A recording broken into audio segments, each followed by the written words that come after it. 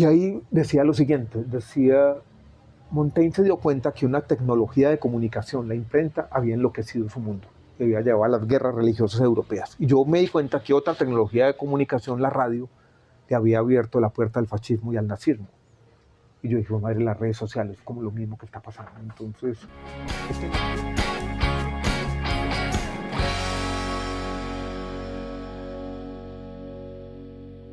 Bienvenidos a este encuentro con Alejandro Gaviria, aquí en Grámata del Estadio, que tiene para Alejandro unos recuerdos fundacionales y que eso vamos a conversar porque ante todo tu historia con las palabras comienza con la palabra estadio y la palabra estadio seguramente nos va a dar mucho de qué hablar. Y estamos en este bello encuentro gracias a esta nueva publicación de Alejandro Gaviria en el sello Ariel del Grupo Planeta, Contra el fanatismo, ensayos de una Colombia posible.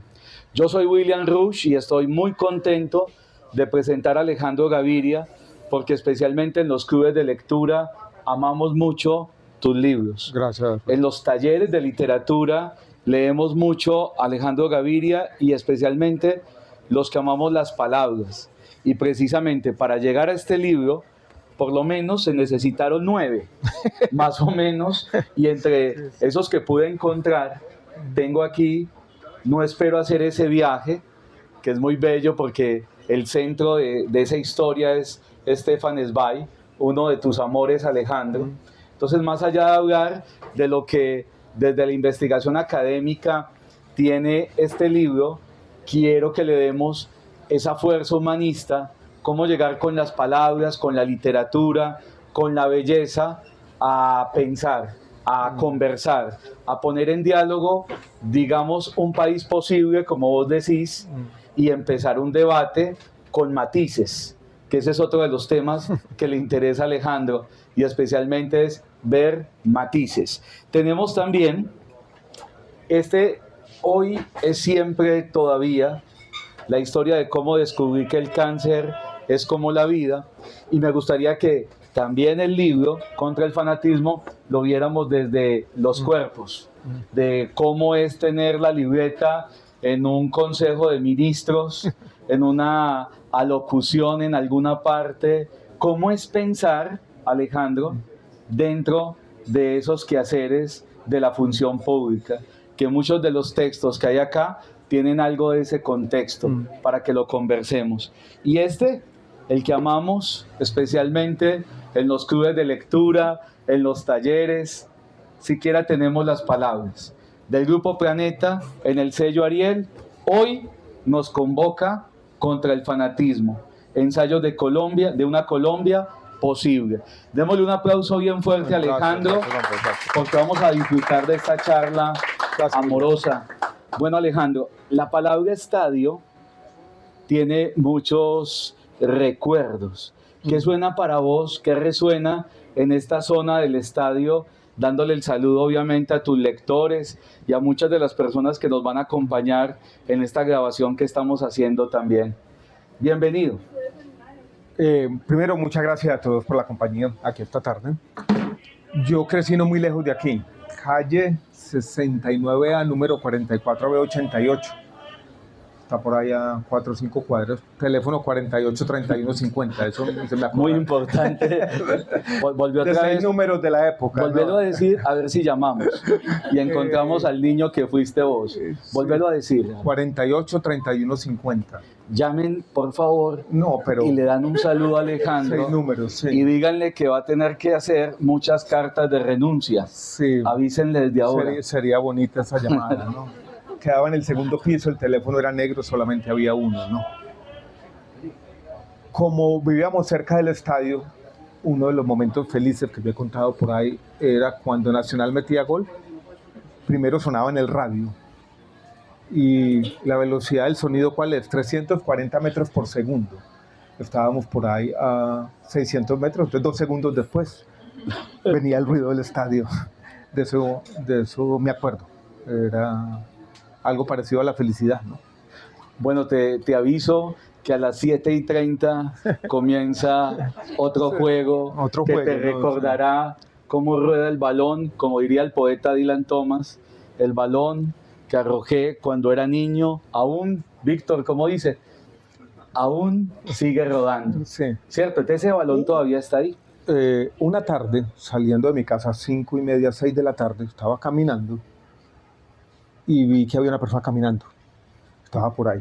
Raúl Ramón Navarro Paviato, que era el arquero de Nacional. Yo salí corriendo a la casa y saqué de la cartera de mi mamá sin preguntarle una libretica que ella tenía ahí, donde guardaba direcciones y teléfonos. Y me la firmó.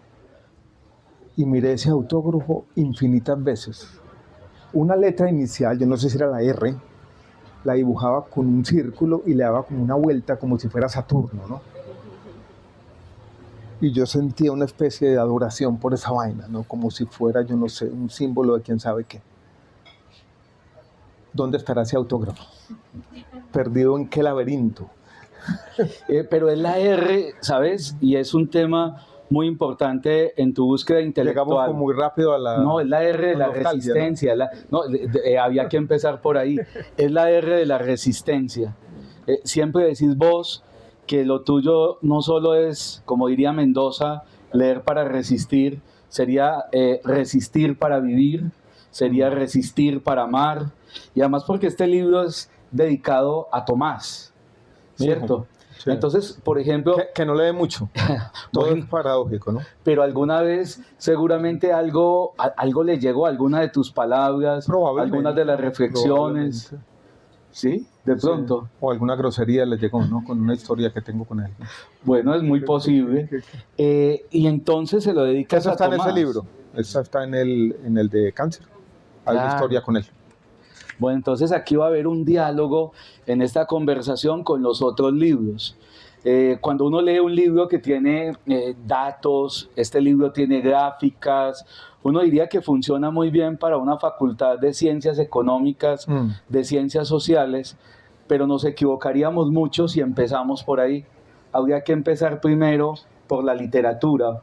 Y precisamente, Alejandro, el tener una libreta, ¿qué te permitió cuando estabas muy pelado y precisamente te gustaba escribir en el colegio, en revistas, creaste una revista? ¿Cómo es empezar a argumentar el mundo, narrar el mundo desde pelado en medio de profes que tal vez no están esperando a un chico como vos? Yo cuando estaba en el colegio no tenía una libreta. Lo que tenía era esos cuadernos Norma de esa época que tenían como en la parte de atrás. Ahí era el que apuntaba las frases o los pensamientos. Lo otro era el libro. Nuestros cuadernos iban enflaqueciendo porque cuando yo tenía un examen le quitaba las hojas de la mitad. Entonces empezaban gorditos, pero iban enflaqueciendo a medida que transcurría el año. Y las últimas 2 páginas, ahí estaban como mi reflexión de la semilla de estos libros, si queremos decirlo así, utilizando un lugar común. ¿Y argumentabas? ¿Te gustaba sí, discutir, debatir? Sí, me gustaba joder desde esa época. O sea, estamos hablando de que Alejandro Gaviria comenzó a ser incómodo para los adultos que lo rodeaban desde los 14 años, ¿o qué? He tenido siempre, y eso es un poco ese espíritu liberal aquí, cierta, no sé, como con el poder, sobre todo donde yo veo poder acumulado, podría ser en una clase, podría ser en mi casa, podría ser eso. Me estorbaba un poquito, el poder demasiado grande, y ahí era estorboso. Y ese poder tenía que ver de pronto con el algo... poder arbitrario, cuando tiene alguien la capacidad de joderlo a uno. Porque sí, caprichosamente, sin motivos. Bueno, por eso es que estás acá. Eso espero. Como Alejandro está acá y precisamente vamos a conversar del libro, quiero decirles que el libro es muy didáctico. Por eso lo quiero desfacultizar. O sea, lo quiero sacar de la Facultad de Economía o de la Facultad de Trabajo Social para que lo miremos en clave humanista, porque el libro tiene una didáctica muy bella y es que en la introducción el lector ya sabe cuáles son los temas y esos temas los va a ir mapeando poco a poco. Además, comenzando cada tema, él hace un primer párrafo, por ejemplo, para que se ubique el lector y eso hace que el texto no parezca una tesis de grado, Alejandro, que el texto sea amable. Ahora, hay gráficas para los que les gusta y yo creo que en eso te esforzaste mucho, datos. y lo que él llama hechos, hechos y hechos. Y creo que eso va a servir. ¿Cómo fue el proceso, por ejemplo, de encontrar toda la parte académica, las evidencias de lo que quieres mostrar en este libro, la parte académica? Voy a contar como la génesis de este libro, de dónde viene. Este libro tiene un libro relacionado que es este, que fue el primero que yo escribí de esta serie, se llama Alguien tiene que llevar la contraria. Yo escribí este libro, o lo compilé y lo edité siendo ministro de Salud. Y lo hice porque sentía que yo estaba siendo devorado por la burocracia y necesitaba pensar. Y lo hice en esa disciplina, a deshoras, domingos en la tarde. Yo había escrito algunos ensayos que habían quedado en mi última parte como académico, siendo decano de la Facultad de Economía de la Universidad de los Andes. Y lo fui compilando y armando tranquilamente. Y tenía una visión del cambio social en la segunda mitad del siglo XX.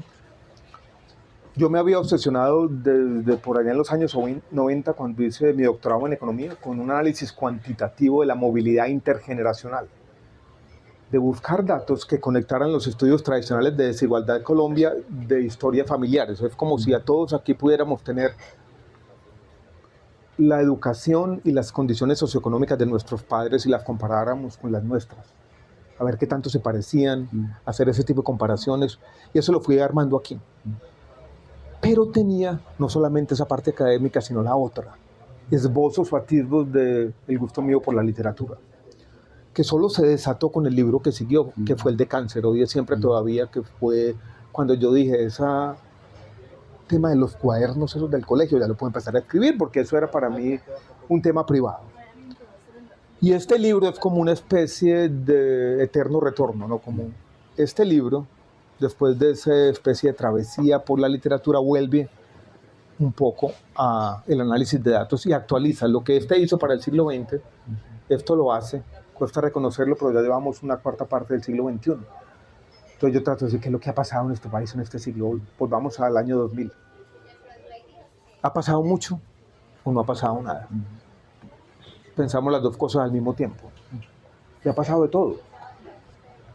Les doy un solo dato. En el año 2000 se vendieron 50.000 motos en Colombia. En el año 2025, 1.300.000. ¿Es eso progreso? ¿Cómo llamamos esa vaina? Hay 5.000 muertes al año por accidentes de motocicleta. Nadie parece importarle.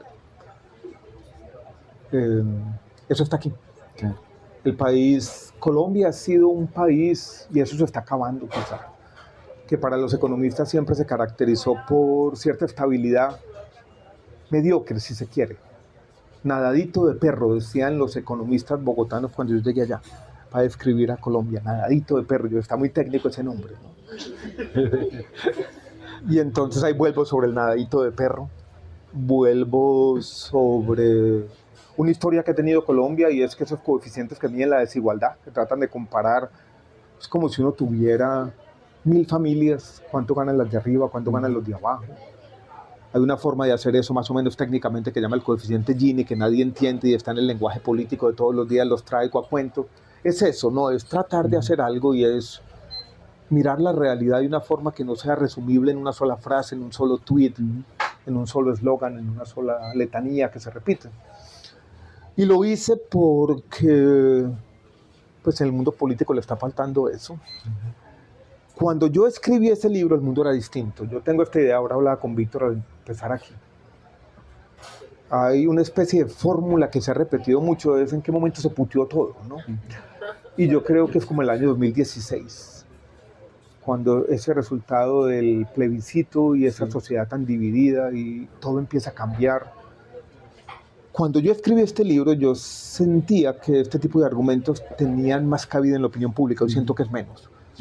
Y por eso este libro asume esa forma de resistencia. Tiene ese título que no sé si me gusta del todo, porque es un poquito lugar comunesco. Pero es eso, es un análisis más matizado de nuestra sociedad. Y después en la segunda parte del libro hay una especie de, no sé, manifiesto liberal o defensa del reformismo democrático, del cambio social, no sé cómo llamarlo, posible. A mí me gustó mucho una frase, posibilismo. Y eso es ese libro, ¿no? Es un retorno a este. Y si ese se llamó un poco de manera petulante, alguien tiene que llevar la contraria. Este sí que tiene que llevar la contraria porque va como en contracorriente a buena parte de lo que está ocurriendo hoy en el mundo. Lo interesante es que lo has demostrado, o sea, con hechos, tu actitud. Incluso el libro dice que el libro tiene un espíritu de mantener la lealtad con tus creencias y con tus ideas. Y obviamente esta conversación tiene mucho que ver con esa lealtad. Y ahí precisamente la tesis que creo que fundamenta todo es que en un país como el nuestro, que le gusta mucho ser fatalista, aquí ganan mucho, tenemos como una actitud muy académica, desde un vendedor de aguacates o desde un decano de una facultad de ciencias sociales, a ganar réditos con el fracaso. Sí, Esas posturas, me gustaría mucho que habláramos de por qué defender los matices en una sociedad que practica tanto lo que vos llamás el furor pesimista. Eso es cool, o sea, gusta mucho. Alguien inteligente que plantee debates parece que viene a llevar la contraria y a ser incómodo. El pesimista per se parece que tiene réditos y hasta en el mundo electoral tiene posibilidades. Hablemos de eso con lo que comienza el libro, Alejandro. Es un tema difícil. Yo me di cuenta cuando empecé a ser columnista por allá en el año 2004, que yo hacía una columna con cualquier tema positivo y la gente le daba rabia. Y en parte tiene razón. En una sociedad injusta, celebrar cualquier partecita del cambio social puede ser una forma de resignación. Es decir, usted está señalando lo bueno, pero no se da cuenta dónde vivimos, ¿no? Y yo me había encontrado esa frase que de un intelectual académico alemán que vino por aquí en los años 40, finales de los años 40, en una misión del Banco Mundial de su momento, y él se obsesionó con Colombia. Y examinando la reforma agraria de Gerard Restrepo y cómo este señor estaba tratando de hacer una especie de equilibrismo y hacer una reforma que fuera revolucionaria para la derecha reaccionaria de entonces, pero tibia para la izquierda revolucionaria. Y cómo Colombia no se da cuenta que este tipo está tratando de hacer lo único que es posible. Y se inventó esa palabra fracasomanía. Y decía, aquí la gente está aficionada a la fracasomanía. O sea, esfuerzos reformistas razonables que entienden esa compleja economía política no son apreciados por la sociedad. Y ese me pareció un concepto profundo. Y este libro es una defensa de eso. Y ahora hablo un poquito, no me quiero meter en temas muy políticos, pero del tema de salud. Hagamos una lectura en voz alta. Es muy chistoso. Un libro de economía con lectura en voz alta, como si estuviéramos en taller de poesía. Eso es lo que vamos a tener, Alejandro. Además que esa reflexión... Donde quiera que esté mi oftalmólogo que me venció, yo soy muy miope, ¿no? Y entonces supuestamente me tengo que quitar la gafa para leer. Y hace poquito fui y le comenté este problema al oftalmólogo y me dijo, oye, voy a dar una gafa que tengan estas cosas. Estas supuestamente las tienen, pero no veo ni mierda. Pero bueno, voy a tratar. Mira, empezar de ahí abajo y hacer lo que puedas. Voy a tratar. Las soluciones de Estado no han sido beneficiosas. Atizaron el fuego de la guerra, estimularon el crecimiento de la pobreza y precipitaron el éxodo de campesinos hacia las ciudades. ¿Dónde estaba pues el beneficio social y colectivo de esas soluciones? Creo que esa es una frase de William Ospina, que yo critico porque es muy fatalista y no hay matices. Todas las soluciones de Estado lo único que hicieron fue crear pobreza, empobrecer a la gente y causar este éxodo de campesinos hacia las ciudades. También hay algo de eso, pero si uno mira la pobreza en este siglo, pues ha disminuido. Entonces, trato de matizar un poquito esa frase que me Pero parece. acá viene lo de la fracasomanía, ¿usted? que me parece con lo de... Uy, yo creí que ya había... con lo del otro, con el investigador. Las gafas. ¿Dónde? Mira. Me tocó cambiar página, muchachos. En fin, esto es lo que quería que leyera. Muchos intelectuales colombianos, entre ellos está William, del que soy ya un buen amigo, parecen incapaces de percibir el cambio social. Ninguno, casi por principio, la posibilidad de cualquier avance. Y ahí sigue todo el tema de la fracasomanía. Claro. Entonces, el libro tiene una sustentación teórica, académica, vamos a encontrar Pues las es esa, gráficas. es esa necesidad que yo siento de matizar un poco esas observaciones y esa... Y en esos... Cuando yo era columnista, voy a contar esta anécdota. Claro. Marian Pomfort, que en ese momento dirigía la revista Arcadia, me regaló un librito así, que era panfletario, entonces se llamaba así, panfleto. Y tenía un título interesante, llamaba Contra el intelectual melancólico. Y tenía una frase que siempre dije, pues madre, no me puedo parecer a un intelectual melancólico.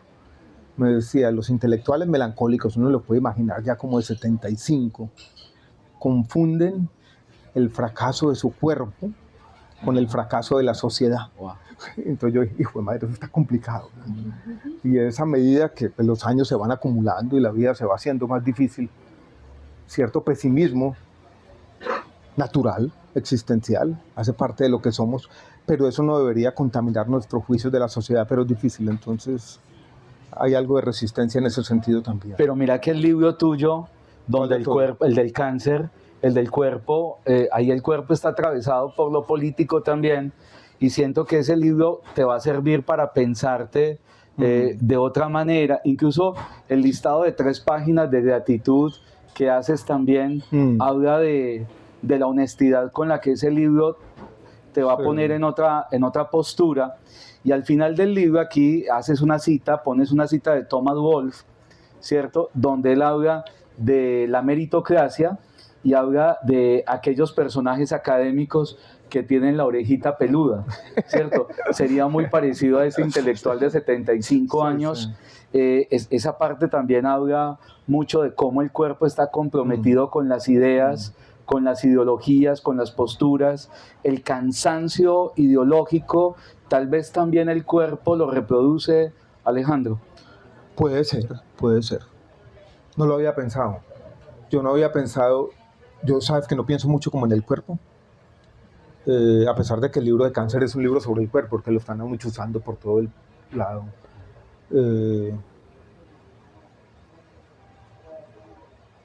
No lo había pensado así. Pero sí hay mucho cuerpo, hay mucho. Sí, hay mucho. Aquí sí. Todavía hay mucho cuerpo también. Incluso cuando hablamos de Zweig,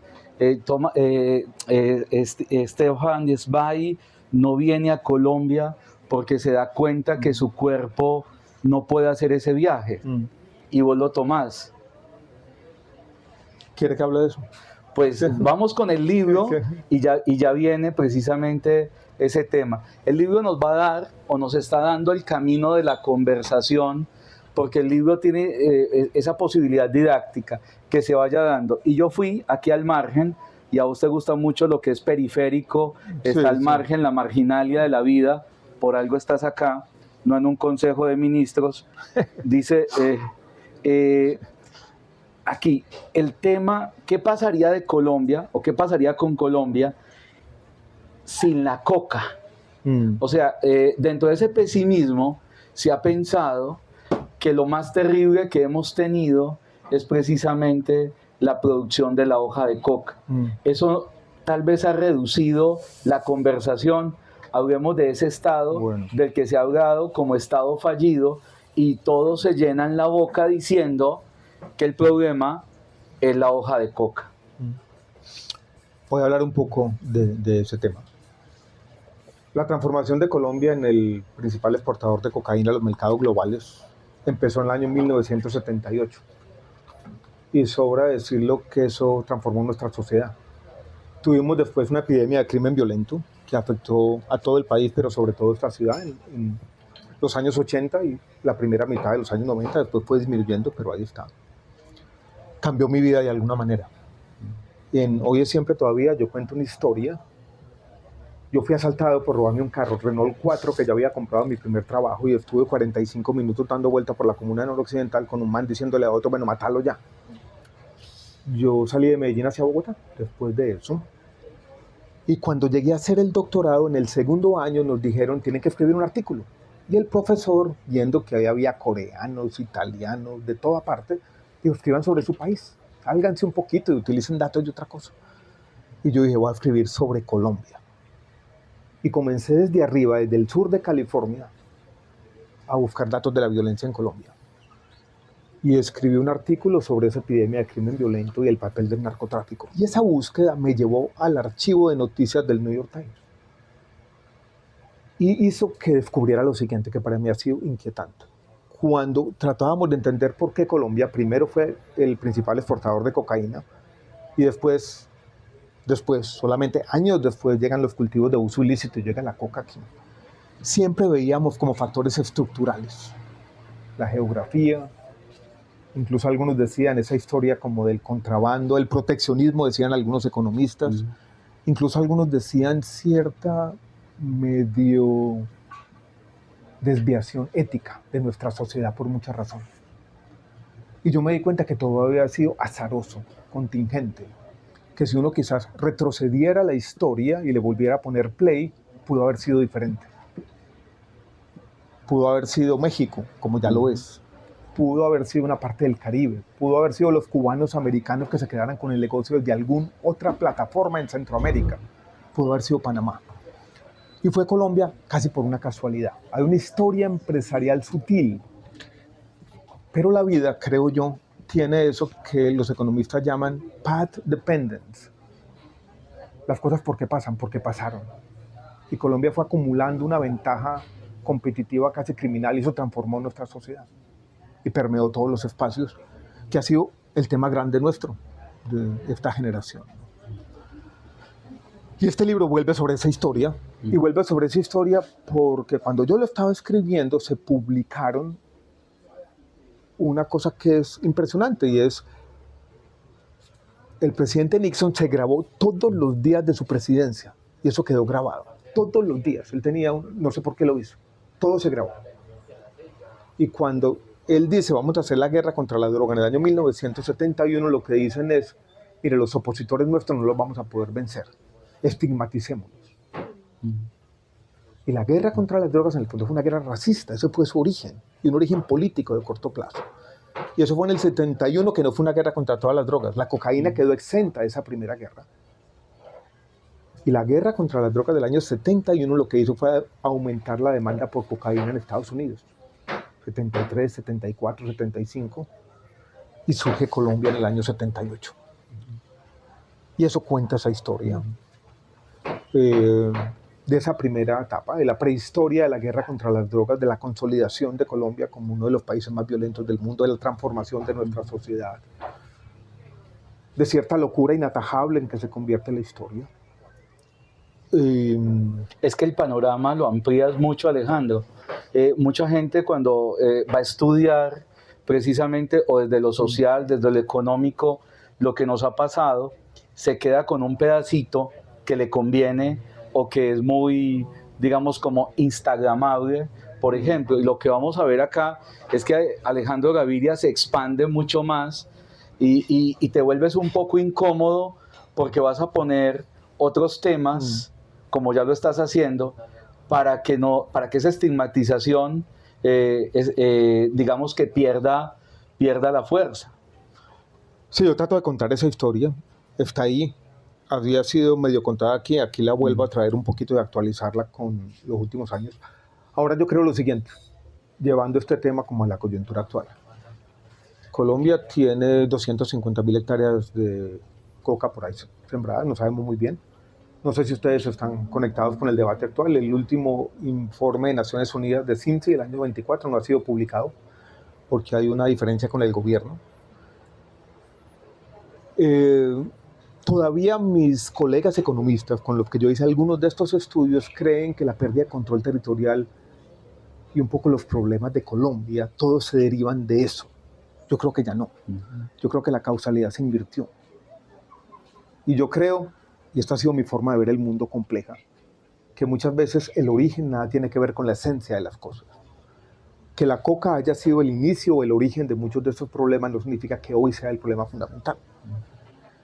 Y esa es una teoría incómoda, no deja contento a nadie más. Yo incluso me atrevería a decir lo siguiente, supongamos que mañana, como ha pasado con la heroína, con el fentanilo, que surge una droga sintética que la reemplaza.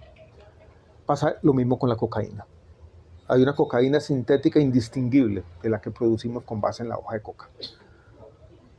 Los cultivos desaparecen porque ya se puede producir en un laboratorio en Tijuana y Colombia deja de tener la ventaja comparativa para la exportación de este commodity.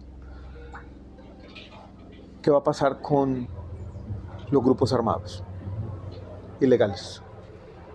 Yo creo que se reinventarían todos y no se resolvería el problema.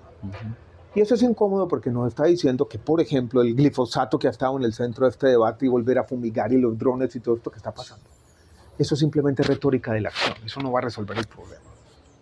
El problema es mucho más complejo, más enraizado, deja de lado la capacidad que van a tener estas organizaciones para reinventarse, lo que están haciendo ya con el oro, que incluso, creo yo, es incluso más complicado, que lo está destruyendo todo.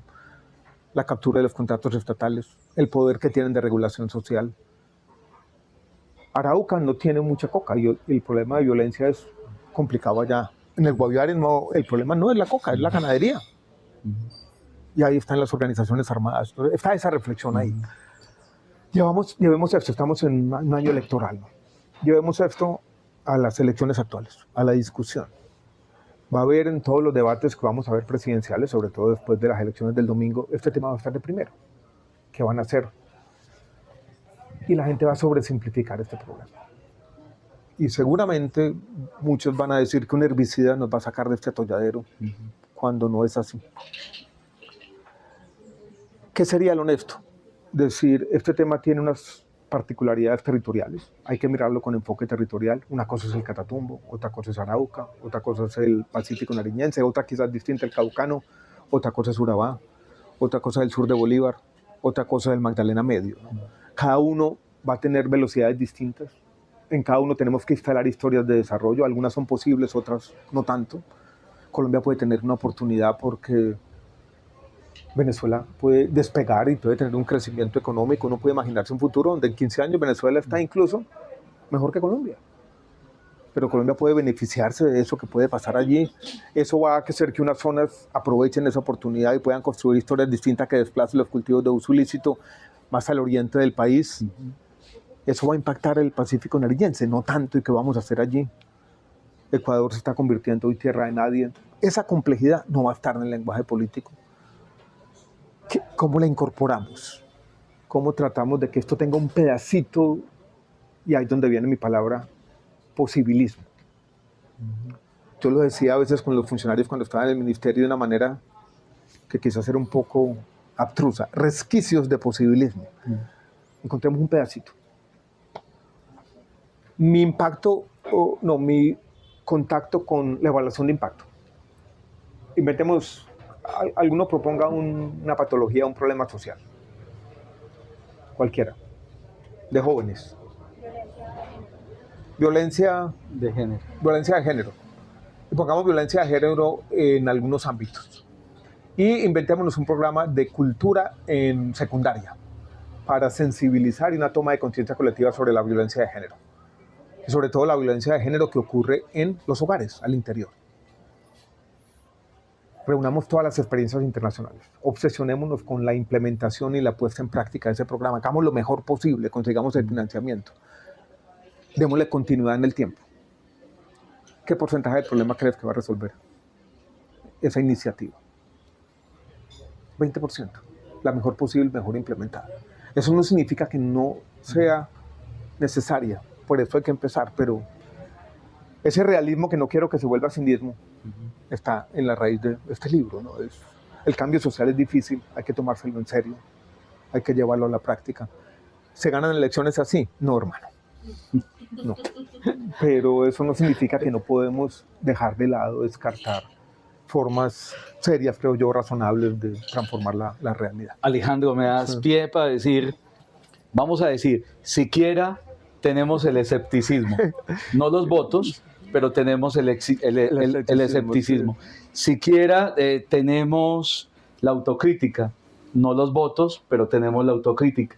Siquiera tenemos la conversación, aunque no los votos, ni el aval del partido, pero nos tenemos a nosotros mismos. Quiero que desarrolles algo también que en algún momento has hecho o que has dicho, y es ese ánimo reformista legislativo, habría que acompañarlo ¿de qué? De algo más. Colombia es el país de Santander y hay una cosa que se llama santanderismo. ¿Qué es el santanderismo? Yo creo que es la excesiva confianza del derecho para transformar la sociedad, de las leyes, ¿no? Excesiva. No digo que no transformen nada, pero cuando uno es funcionario se da cuenta que hay otros ámbitos del Estado que son mucho más eficaces que las leyes para transformar la sociedad. Y a mí me gustaba decir otra frase. Bueno, hacer leyes es importante, pero trabajar de vez en cuando también lo es. Es como si hacer leyes de alguna manera uno pusiera ya toda la esperanza. Y las leyes cambian la cultura. Las normas sociales, el apego a ciertos principios. Porque si no tenemos algo de voluntad propia y no hay una motivación intrínseca para cumplir las leyes, pues no van a servir para mucho. Las fuerzas demográficas, tecnológicas y culturales que están ahí, de pronto se llevan por delante las leyes, ¿no? Entonces hay algo de eso, pero yo siempre trato de tener un equilibrio porque no quiero caer en el cinismo. El exceso de realismo me parece peligroso, entonces cuando yo me voy moviendo mucho para allá, tengo esa intención de devolverme, porque no todas las leyes son malas, algunas pueden llevar al cambio cultural. No todo lo que se dice en una sentencia de la Corte Constitucional. Y a veces sí pueden cambiar la cultura. Por ejemplo, yo creo que la sentencia de la Corte Constitucional sobre la interrupción voluntaria del embarazo, que es del año 2006, transformó en parte cierto ámbito cultural. A mí me tocó esa resolución sobre el tema de eutanasia y muerte digna, y me parece que desde entonces se ha creado una conciencia colectiva más amplia sobre la obstinación terapéutica, los tratamientos innecesarios, la forma como la medicina moderna de forma intrusiva se ha metido en el fin de la vida, de una discusión ética interesante. O sea, las leyes han detonado la conversación y la conversación a su vez va abriendo espacios para un cambio cultural y eso todo unido va llevando al cambio social. Esa es mi visión del cambio. En cualquier cosa que uno haga hay también efectos imprevistos e indeseados. ¿Vos crees que le huís al cinismo, pero el cinismo te salva? Porque precisamente es de pronto la risa y la ironía de Sísifo en Albert Camus.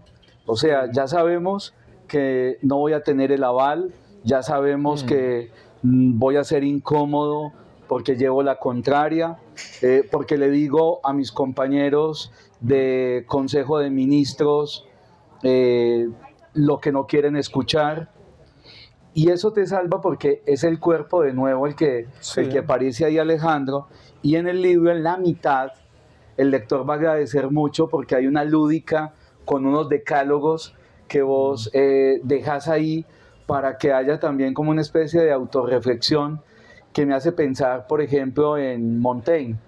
En los ensayos de Montaigne uno siente que hay una libertad intelectual para pensar el mundo, pero en un consejo de ministros es difícil generar esas autocríticas y a vos te salva.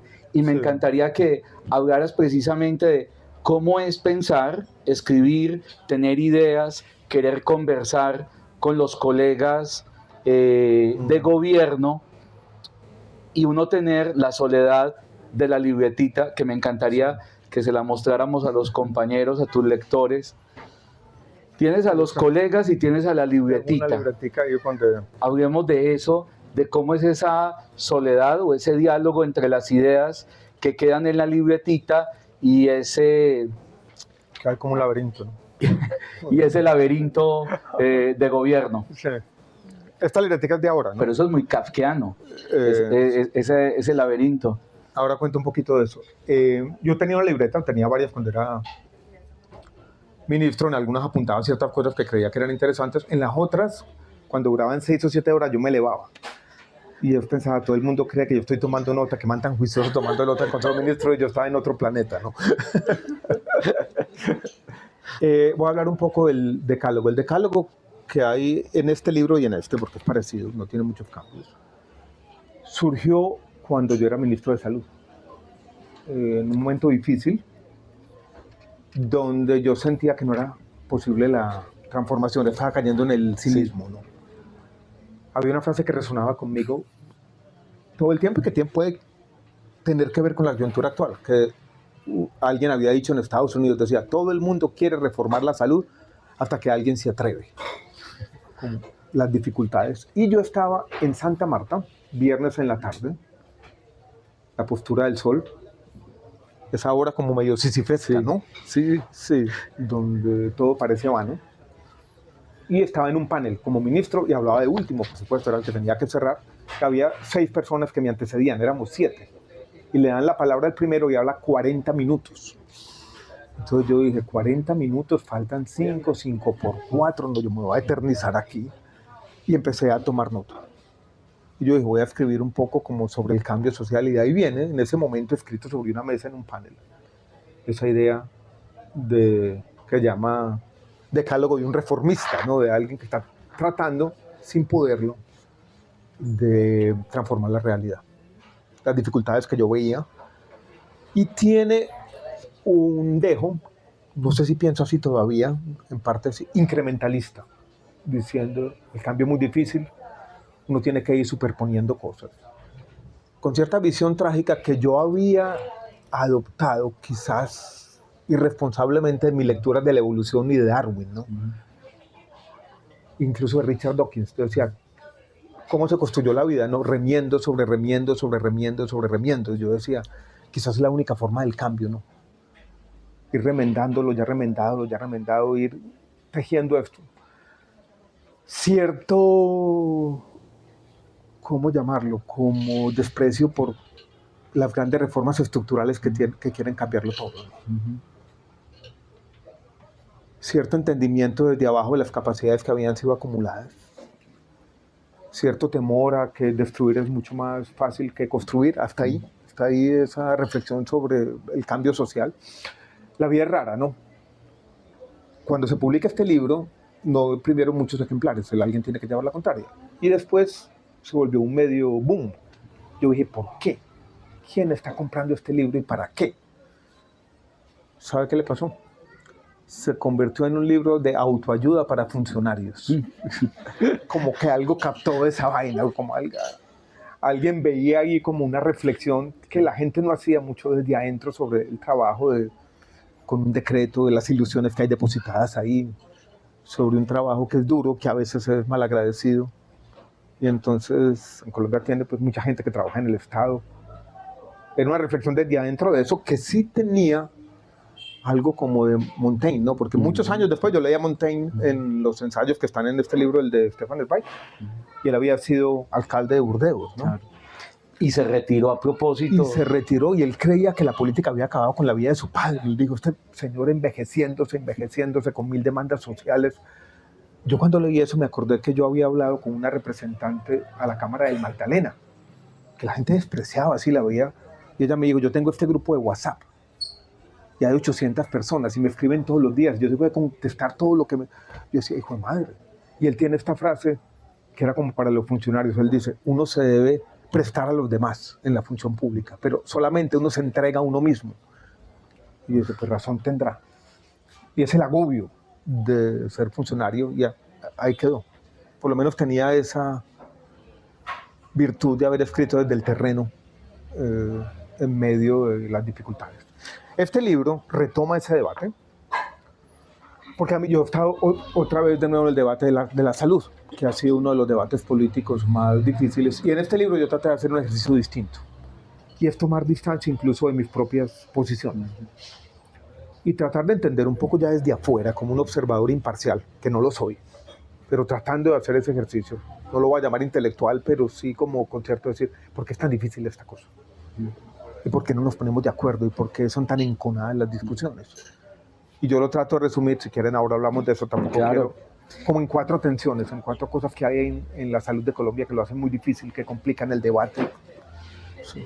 Pero como ya entramos a la parte lúdica que está en la mitad del libro y que refresca mucho, te señalé 2 especialmente para que las desarrolles, porque ahí están los ecos de Montaigne, y ya lo pusiste de manifiesto, la condición trágica del funcionario, y esa dosis saludable de existencialismo le darían cierta resistencia en la espera mientras lo dejan hablar, y creo que eso tiene el libro también, Alejandro, la resistencia. Ya encontré que para leerlo lo tengo que poner a cierta distancia. Bueno, estoy aprendiendo a manejar estas gafas, ¿no? Qué bien. Ahí voy, sí. Antes de leer los 2 puntos, aquí hay un decálogo de Michael Oakeshott, que es un filósofo y político, fue director o presidente del London School of Economics. Y él tiene una frase que sí es un poco cínica. Él dice, todos los regímenes políticos fracasan. Pero hablando de la democracia, decía, unos fracasan mejores que otros. Que siempre me pareció muy dura, ¿no? Y aquí dice, un escéptico, alguien que haría mejor las cosas si solo supiera cómo hacerlas. Que me parece una frase dura pero interesante, ¿no? Eso es un escéptico. El escéptico no se resiste al cambio, simplemente que epistemológicamente dice, quizás no sé por dónde coger, ¿no? O sea, que hay una humildad epistemológica en el escéptico que me parece interesante traer aquí. ¿Vos crees que como ministro en algún momento reclamás ese cómo hacer las cosas? Vos estabas muy conectado con el cómo vamos a hacer las cosas. Sí, porque yo creo que si uno se queda en el qué es difícil, ¿no? Y a mí sí me gustaba en ese tema como cierta pedagogía obsesiva. Y era una época como la prehistoria de las redes sociales, el mundo pasa rápido, en 2013, 2014 no era lo que son las redes sociales. Nosotros hacíamos la pedagogía por YouTube y me pasó una cosa, William, que fue interesante. Médicos que eran muy escépticos de lo que yo decía, que no querían un economista en el Ministerio de Salud. Me decían, yo vi sus videos de YouTube y me convenció. Que eso no sé si será posible en el mundo. Convencer a alguien, yo creo que hoy en día tiene probabilidad que se acerque a cero, ¿no? Primero, la mezquindad humana es inmodificable. La convivencia entre egoísmos es compleja.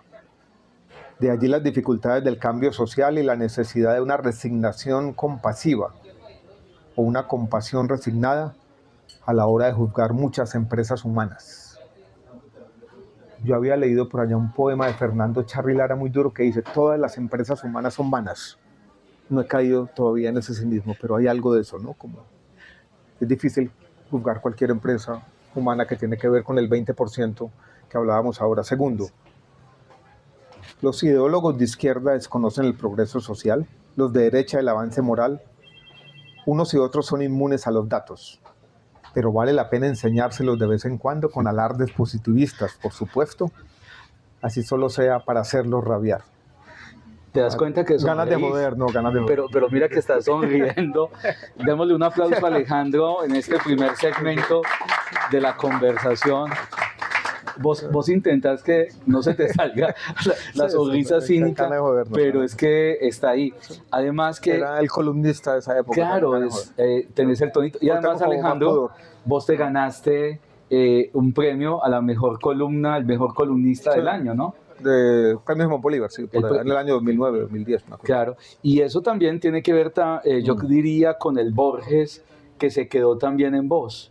¿Qué tanto, por ejemplo, acompaña espiritualmente para estas conversaciones ya económicas, académicas, el aprendizaje con Borges? Yo voy a hablar un poquito de Borges, incluso algo que me ha tenido en mi mente Borges en estos días, ¿no? Tuve una conversación ¿con quién? Con Natalia Ángel. Natalia Ángel es una magistrada de la Corte Constitucional y tuve una conversación con ella hace un mes. Y ella me habló de Carlos Gaviria y de su afición con Borges y de su reticencia en el mundo de la política y de como ese deseo que tenía de refugiarse en Borges, ¿no? Y sobre todo el Borges de las ficciones especulativas, esas que se escribieron en los años 40. En el fondo es un refugio, porque es una cosa como intelectual, ¿no? Esa metafísica, desenredar esos cuentos, y es eso, ¿no? Es un refugio.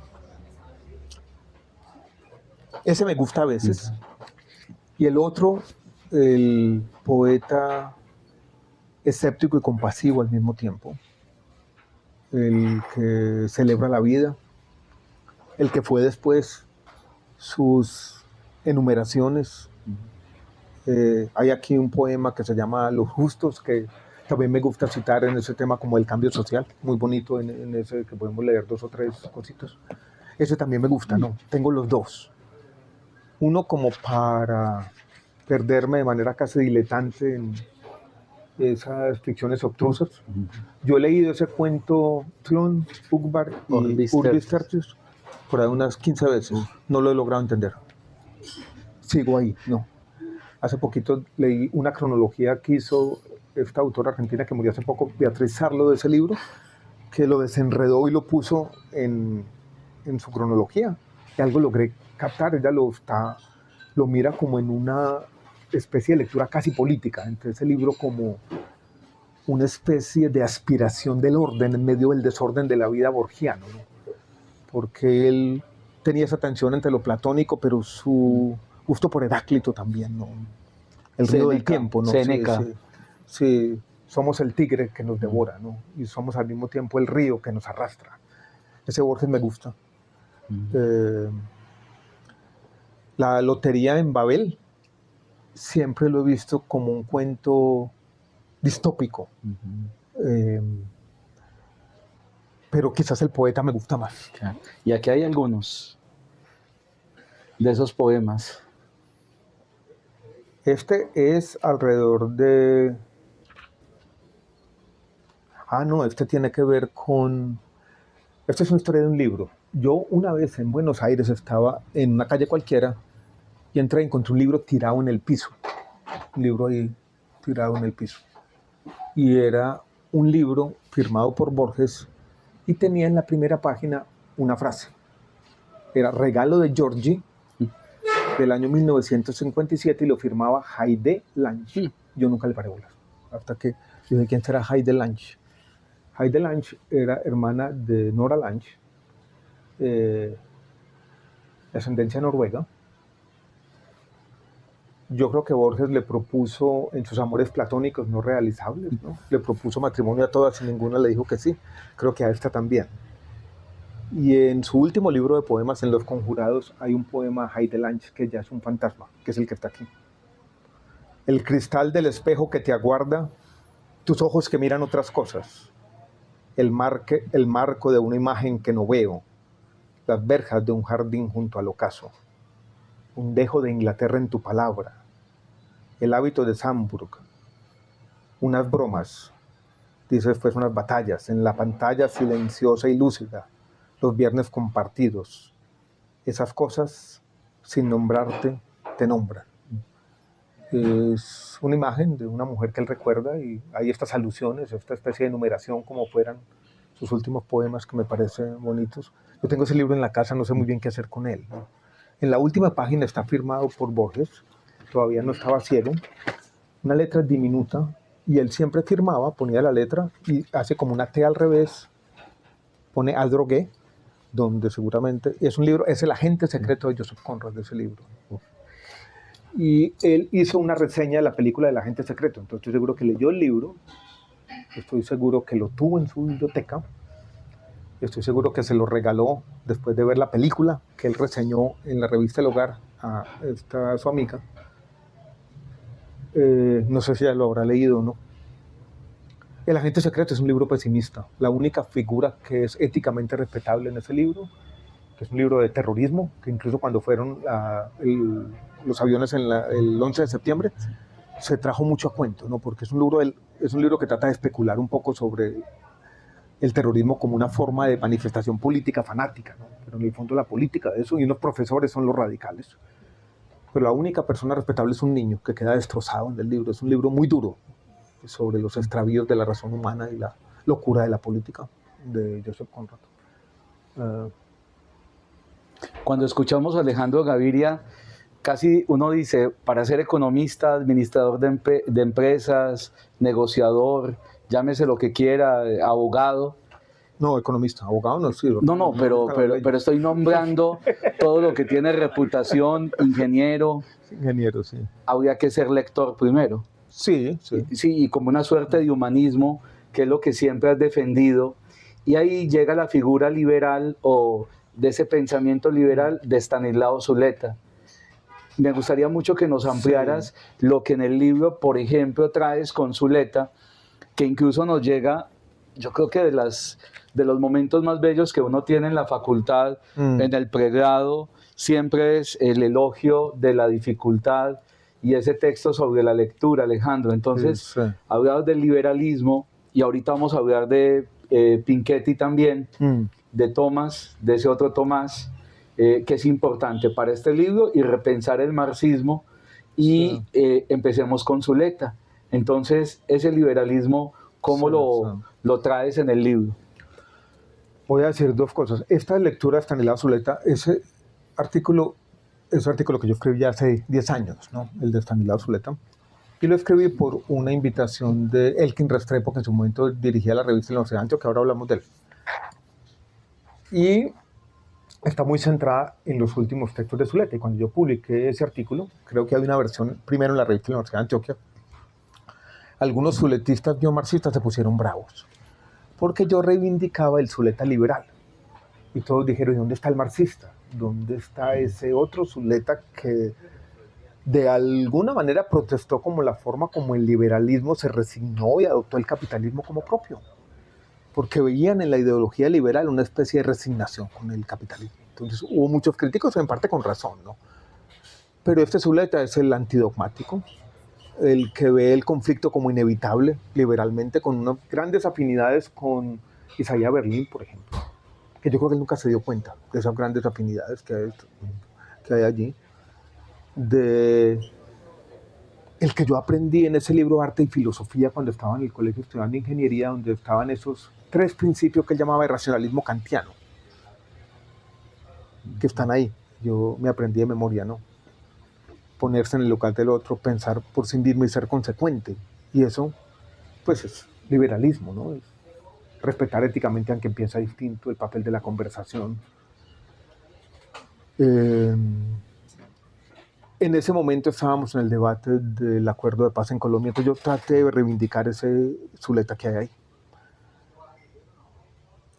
Yo he tenido, y también quiero decir, esto es la segunda cosa, con ese, no sé si alguien ha leído o recuerda ese texto sobre la lectura.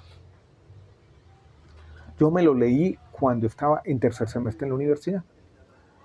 Es un texto bonito, pero voy a decir aquí, yo no me gusta. Voy a decir, ese texto me hizo daño a mí. Me quitó seguridad como lector. Porque él en algún momento dice que uno comienza a leer La Metamorfosis de Kafka y si no se da cuenta después de 3 páginas que ese libro es básicamente una especie de alegoría del artista rechazado, entonces no ha entendido nada. Y yo me había leído La Metamorfosis de Franz Kafka y lo último que se me había imaginado era eso, más que era lo que se me quedó a mí. Yo me acuerdo que había una especie de cucaracha o escarabajo gigante con una manzana en el caparazón. Y yo quería saber si en ese caparazón había esa cosita blanca que le salía a las cucarachas que yo mataba sin ningún escrúpulo animalista que comían crema de dientes en Medellín, aquí. Entonces yo decía, ¿tendrá que en el caparazón habrá esa cosita blanca que le salía a las cucarachas? Eso era lo que yo quería saber. Esa es la curiosidad que me daba, no quería esa interpretación. Y cuando yo después leía a Susan Sontag que decía contra la interpretación, me identifiqué. Decía, no interpreten los libros por mí, no demasiada interpretación. Entonces no me gustó sobre la lectura por eso. La interpretación de él, él lo había dicho, usted la mía. Lean como puedan, hermano, y él entienda lo que puede y recoja el texto lo que pueda recoger y lo que sean sus vivencias. En el mío eran las cucarachas, ¿no? Entonces me pareció que era muy imponente, un poquito arrogante en su interpretación, un poquito, una lectura difícil, que la verdad me llenó a mí en ese momento, 18, 19 años, de miedo de no entender.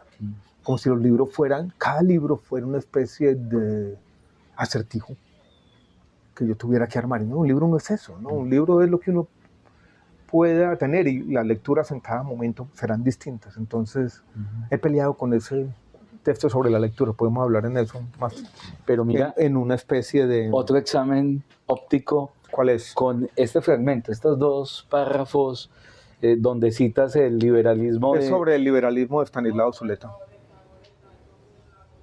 El liberalismo clásico enfatiza la libertad y llama la atención sobre su principal amenaza, el poder omnímodo. Hijo de madre. El poder omnímodo, sin controles, sobre todo el del Estado y el de la opinión pública. De la extorsión moral de las mayorías, como decía John Stuart Mill. El más importante de los liberales clásicos, el gran retórico de la tolerancia y la libertad de expresión. No sé si Estanislao Zuleta leyó a John Stuart Mill, no sé, pero se parecen mucho. ¿Habrá leído sobre la libertad? Ni idea.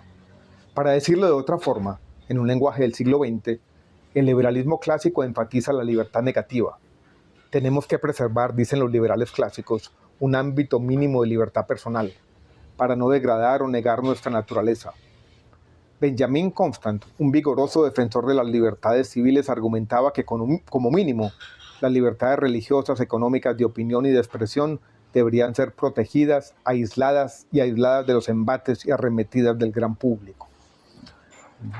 Esta idea de que la amenaza de la libertad no solamente viene del leviatán del Estado, sino como una extorsión moral de las mayorías, del miedo a la opinión pública, que está hoy muy en las redes sociales, y es casi esa extorsión de las mayorías, esa dificultad de llevar la contraria, de oponerse a esa corriente que hay ahí tormentosa, que tuvo ese pico extrañísimo en la pandemia, yo creo que en el año 2020, en el segundo semestre, en medio de la pandemia, hubo una especie de locura del mundo, ¿no? Yo me acuerdo, estaba yo rector de la Universidad de los Andes, no sabía muy bien qué era lo que hacía un rector encerrado en la casa, daba una clase por la mañana, después nos metíamos en reuniones eternas con profesores, no sabíamos si el mundo se iba a acabar, y yo a veces me ponía a oír cosas, ¿no? Y oí un programa de la radio pública de los Estados Unidos que se llamaba Cómo descolonizar la biblioteca, que básicamente mandaba a todo el mundo a que miraran la biblioteca y quemaran libros, y en qué momento está enloqueciendo el mundo, ¿no? Y hoy veo eso, en qué momento eso que llamaron después la cultura woke alcanzó un pico absurdo que cualquier liberal debería decir, esto no puede ser, ¿no? Y ahí me acordé de ese texto, ¿no? Hay un crecimiento, el libro se concentra en mostrar con evidencias los crecimientos, los alcances, una idea de progreso tangible y que vos la traes acá y la mencionás, pero está en el marco de la pandemia especialmente. Entonces, me gustaría mucho que conversaras sobre ese crecimiento de país, la recuperación económica, que muchos niegan también, y obviamente hay que ver el matices, y cómo te transformó todo lo que te pasó como funcionario, como ser humano en la pandemia, porque aquí también hay una reflexión sobre ese periodo, tanto como funcionario como ser humano. Sí. Entonces se decía que íbamos a salir mejor de la pandemia, se decía que nos íbamos a recuperar de muchas cosas, y vos acá le haces a la pandemia, digamos, un análisis más allá de lo socioeconómico. Hablemos de eso, Alejandro, sí, que ya lo pusiste también ahí en la mesa. ¿A ustedes les gusta hablar de la pandemia? A mí no tanto ya, ¿no? Como que quedó eso encapsulado un poquito. Con una profesora de la Universidad de los Andes, que fue pues, amiga mía por los últimos 20 años, murió exactamente hace un año, el 26 de febrero del año pasado, Tatiana Andia.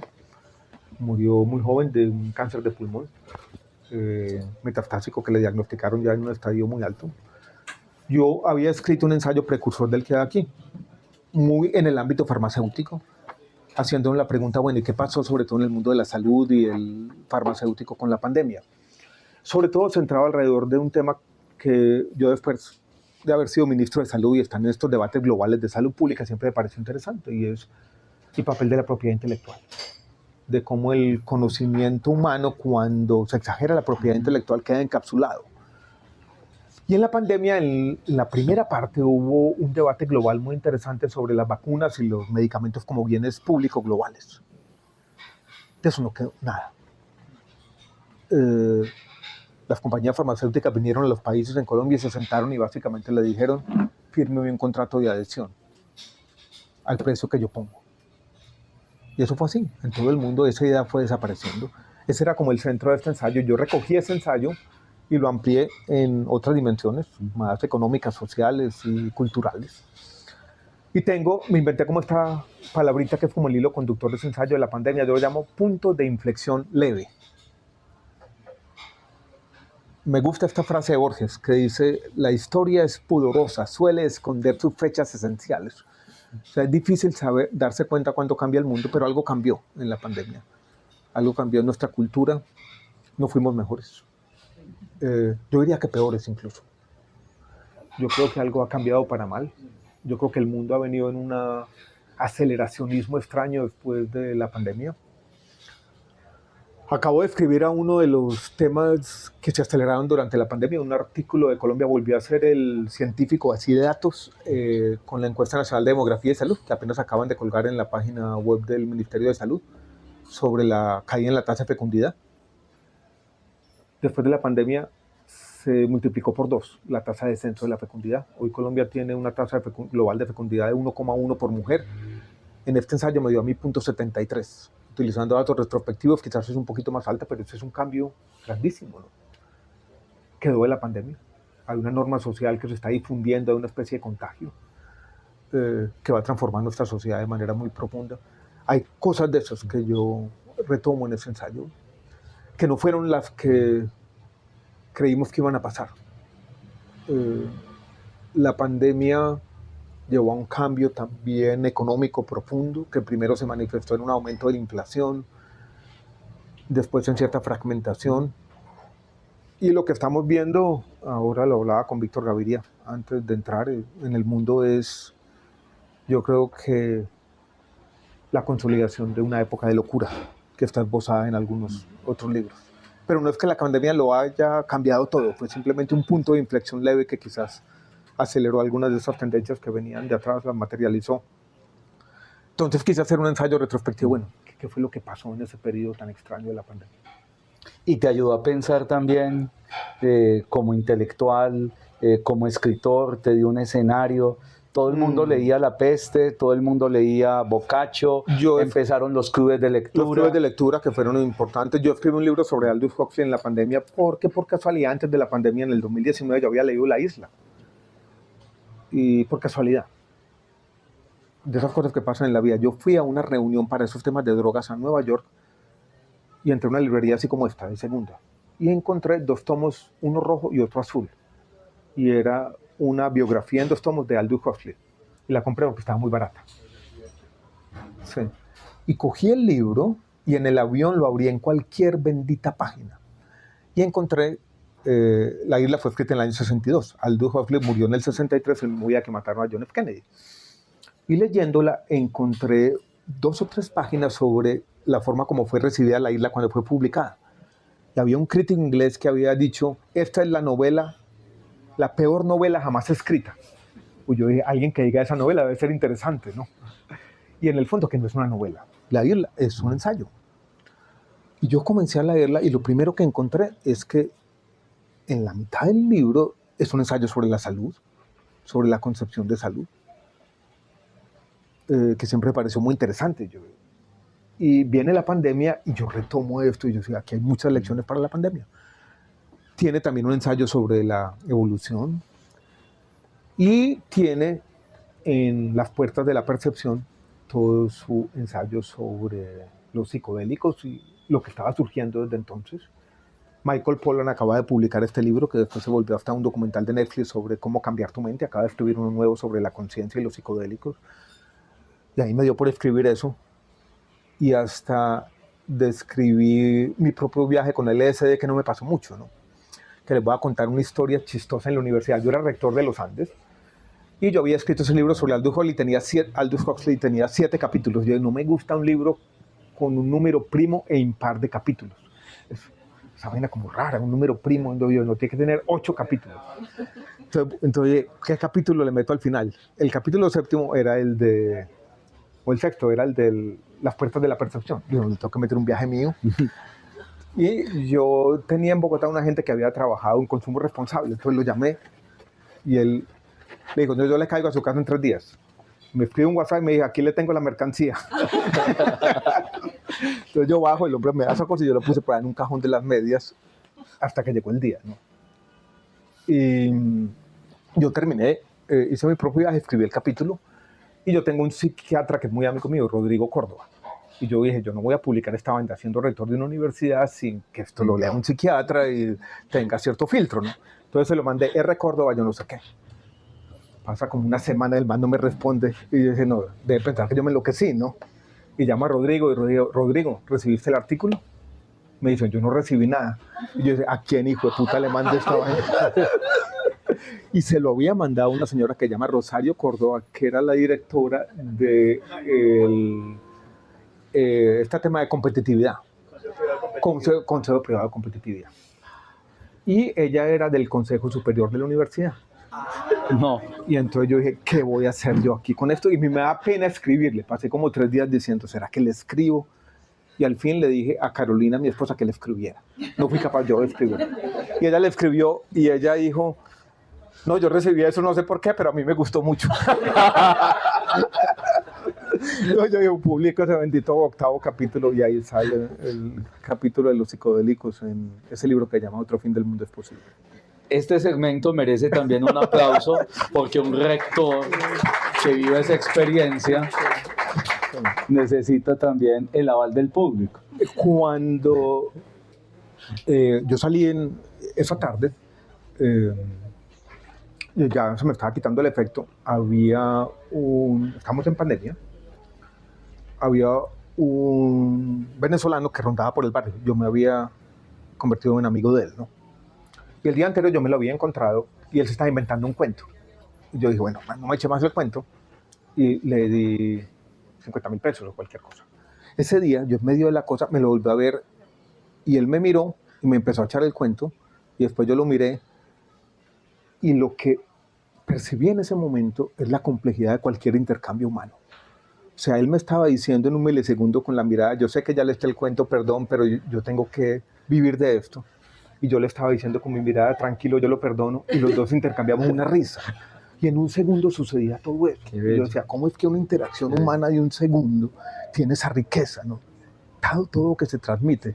Y ese fue mi tema místico, ¿no? Ya borgiano, ¿no? Un segundo que resume una eternidad, ¿no? Eso fue como lo más interesante. La otredad. Recuerdo eso y recordé lo siguiente. Estaba yo en primero bachillerato. Eso es 6º grado, 2º bachillerato, 7º grado. Día del Idioma, Instituto Jorge Robledo. Tenía que recitar un poema el 23 de abril, Día del Idioma. Y me pasaron el micrófono y a mí como que se me cayó el micrófono y se me olvidó el bendito poema en esa cosa. Y yo lo trataba de decir, no me iba bien y me reí. Y esa tarde yo fui a Buenos Aires, a donde un amigo del colegio, a la casa, a tomar el algo allá. Le decían Pachacho. Y yo me acuerdo que le pregunté a Pachacho 1000 veces, lo hice muy mal, lo hice muy mal, lo hice muy mal. Y en medio de ese viaje me acordé de esa interacción con Pachacho. Y yo dije, hijo de puta, no me he perdonado esa tarde que no fui capaz de recitar ese poema. Estaba ahí. Y es esa cosa también que uno no se perdona. Yo he sido a veces implacable, no perdonarme ciertas cosas. Y eso también vino, ¿no? Y yo dije, bueno, me voy a perdonar esa vaina que ya pasó hace tiempito, ¿no? Entonces, eso fueron como las 2 iluminaciones que tuve. Y ya lo estás contando. Las 2 están en el libro, sí. Lo estoy contando, pero bueno, las cuento aquí porque me parecieron interesantes. Pero ya que nos metimos por ahí, por el colegio, vos le hacías tareas a las peladas, buscando que te miraran, algo más allá de un intelectual. Sí. ¿Cómo era ser el Michel de Montaigne, el Baldor de las peladas? Cuando uno tiene como su único mecanismo de conquista las clases de trigonometría, es muy berraco, ¿no? Pero ahí me tocaba seno cuadrado más coseno cuadrado igual a 1. Ahí estaba. Mira, el 1 y el otro, eso es Borges también. Sí, el otro, el mismo. Muy bien, Alejandro. Miren, el libro y el dealer, ahorita nos dices el nombre, cómo lo buscamos, para los académicos de este encuentro, le daremos el nombre Off the Record. Pero yo nunca tuve su experiencia así mística de conectarme con todo, no. Porque en el fondo soy contenido. O sea, no lucho contra eso también. El Aleph es una experiencia mística. Para la que lo vuelvan a leer, leanlo y verá que es una experiencia mística, el cuento de Borges. En el fondo es eso. Esa enumeración al final, cuando él ve el universo, en el fondo es una pura experiencia mística. Él ve esos pedazos retosos de así, está casi en un trance, ¿no? Entonces, Borges, por supuesto, tuvo un lado místico también. No reconocido del todo, pero lo tiene sin duda. Claro, y ese cuento de las ruinas circulares, nadie lo vio desembarcar en la unánime noche. Va a mostrar cómo una criatura es creada por otro Dios, por alguien que sueña, y somos parte del sueño de otro, y ese otro es soñado por otro, y después él dirá que Dios detrás de Dios, la trama empieza. ¿Quién soñará ese Dios? ¿Le pusiste música a esa experiencia? Sí, le puse música, pero muy, muy lugar comunesco, porque yo había leído a Huxley y él había puesto el concierto de Brandenburgo de Bach. Entonces yo lo puse como para lo mismo, a ver qué era. Y él decía que había descubierto cierto humor. Yo no vi ningún humor en esa mierda. Como no sé qué vi ahí. No, ahora, hay una cosa muy interesante con los psicodélicos, que es la siguiente. Que está en Michael Pollan y él dice, uno básicamente le pasa lo que cree que le va a pasar. Y como es autorreferencial, como uno se imagina una cosa y eso es lo que verdaderamente siente, Aldous Huxley, que cuando escribió en ese libro, en el fondo ha afectado los viajes de todo el mundo. O sea, él, que escribió su viaje y que la gente lo leyó, y lo leyó con esa asiduidad, en el fondo ha impactado el impacto que tiene.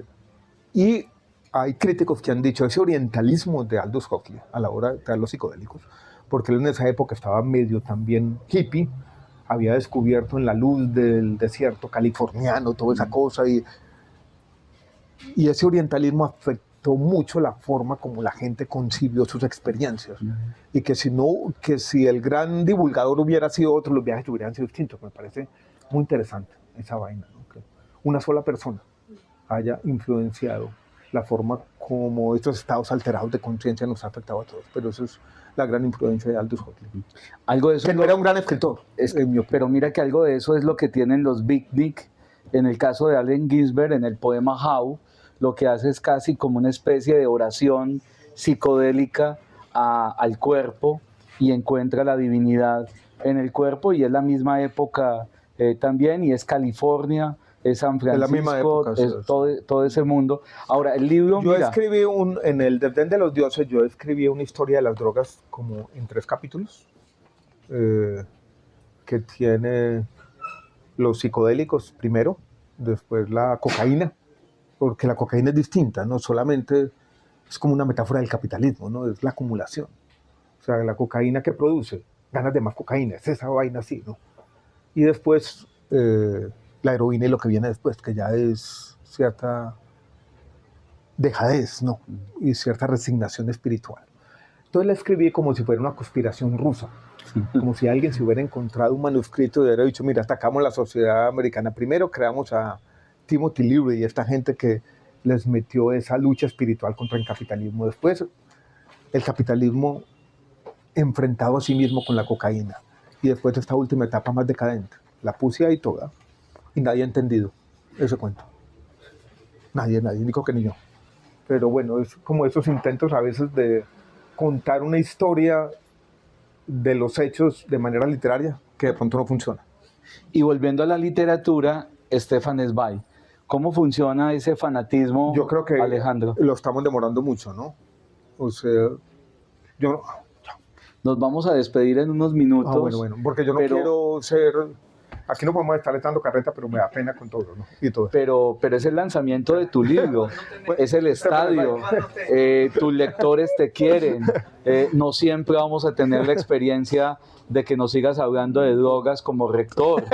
Esto está muy bueno, pero sería, digamos, como faltar de respeto a tu libro si no traemos 2 nombres, especialmente Stefan Zweig, que también hace parte como de la experiencia espiritual y humanista para hablar del fanatismo. Yo recomendaría también un libro que dialoga con el tuyo, y es el de Amos Oz, que el escritor judío, bueno, decir judío es otra cosa, israelí. Él plantea el tema del fanatismo mucho. En el asunto político, ¿cierto? En el asunto de hasta dónde sentirse o cómo es sentirse parte del Estado de Israel y perder la visión de respeto por el otro. Entonces, Zweig, en tu historia de vida, desde lo personal, incluso está aquí también. ¿Cuál está ahí? Pues aquí tenemos incluso el tema del Novela de ajedrez. Novela de ajedrez, sí, que fue la última que él escribió. Y aquí tenemos el tuyo. Sí. Tenerlo ahí en la mano para que tengas la conversación con el maestro. ¿Por qué es Zweig y cómo, y cómo nos va a ayudar para el fanatismo o la locura, para controlar la locura del fanatismo? Zweig, de nuevo, coincidencia. Es también cuasi pandémico. En La Semilla, yo lo escribí después de pandemia, ya cuando había salido de la universidad. Y lo escribí después de la contienda electoral pasada. Ya como en un momento de, no de excepción, pero como de salida de la política. Julio Paredes era el editor de Editorial Uniandes. Y cuando yo empecé a ser rector, quise hacer una compilación de un esfuerzo de divulgación interesante que había hecho la Universidad de los Andes. No sé si alguno lo recordarán, una revista que llamaba Correo de los Andes. La dirigió Germán Arciniegas, del año 1979 al año 1989. Estábamos en 2019 y yo me encontré con una de esas revistas, alguien me la había recomendado, y me di cuenta que era una revista en el buen sentido generalista. No era la típica revista académica, sino que hablaba de todo, mezclaba todos los temas. Y había intelectuales y profesores tratando de llegar a un público más amplio. Entonces yo dije, hagamos una compilación del Correo de los Andes, no para venderla, sino para enviarla a los profesores, como un mensaje de que se pueden conectar un poquito más con el mundo, ¿no? De que seguir escribiendo en no más artículos académicos. Creo que la última estadística era 1,7 lectores promedio por artículo, incluidos los referidos, ¿no? Y ese mundo sí lo llena uno de cinismo, la verdad. Yo a veces creo que en la academia pasa algo complejo y es como el talento de la sociedad se pone y se encapsula demasiado en esos ámbitos. Entonces, bueno, ese era el ejercicio y él me lo mandó. Aquí está la compilación de artículos y yo me encontré con unas cartas cruzadas de Germán Arciniegas y Stefan Zweig. Y eso me llamó la atención y lo primero que hice fue buscar en Google. Y busqué en Google y me encontré un artículo de Germán Arciniegas, publicado en El Tiempo, una columna larga, donde él contaba algo de esa historia. Y contaba lo siguiente.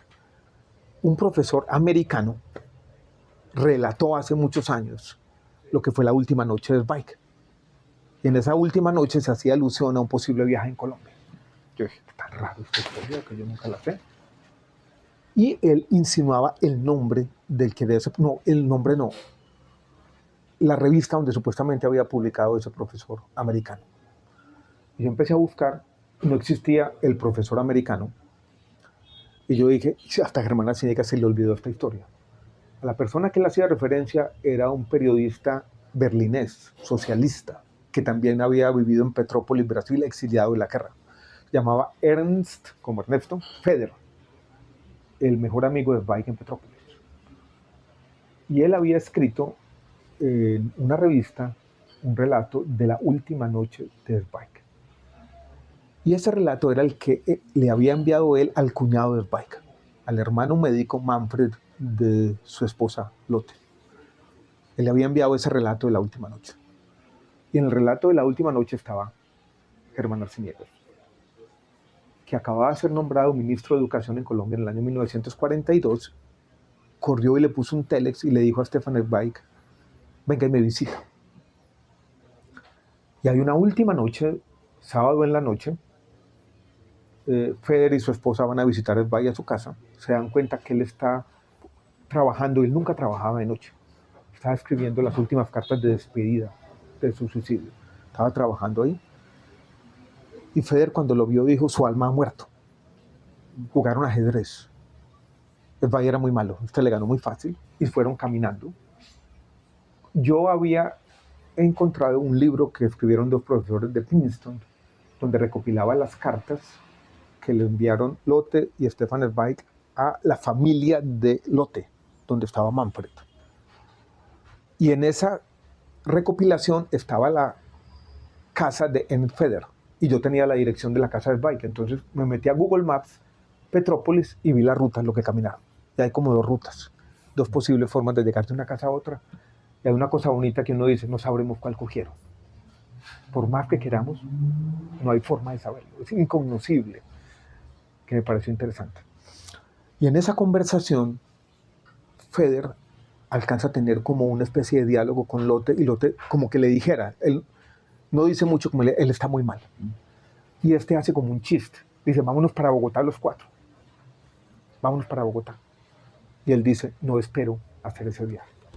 Y ese es el título de este libro. El día siguiente, al mediodía, se suicida, primero él, después Lotte.